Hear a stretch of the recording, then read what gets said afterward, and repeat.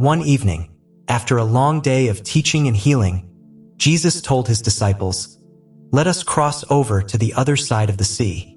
The disciples, familiar with these waters, boarded the boat without hesitation, and they set sail across the Sea of Galilee. The evening was calm at first, and the gentle waves lapped against the side of the boat as they drifted into the open water.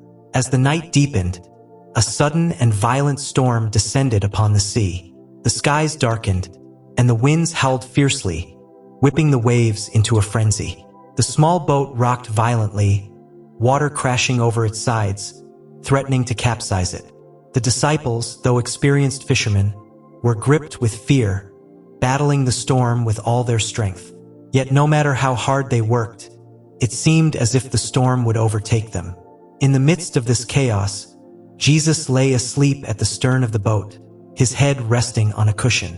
The disciples, overwhelmed by terror, rushed to him. "Master," they cried, "don't you care that we are about to perish?"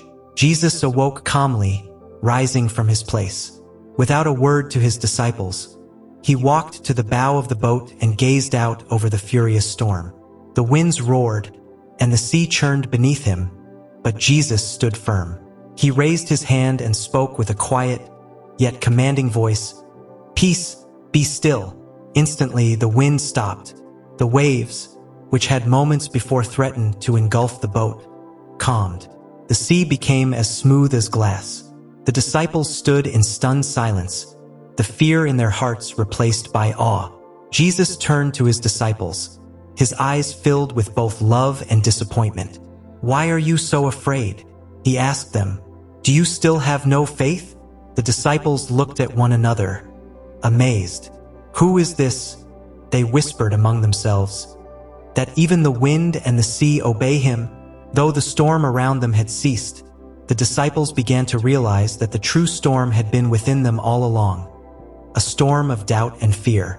They had forgotten who was with them in the boat, the one who had healed the sick, given sight to the blind, and brought the dead back to life. How could they have doubted his power to calm the sea? As the boat sailed smoothly across the water, the disciples pondered what had just happened. They had seen many miracles, but this was different. This was not just about controlling nature. It was a lesson about trust and faith. They had allowed fear to overcome their faith, even with Jesus right beside them. Jesus had not only calmed the storm outside, but had also spoken to the storm inside their hearts.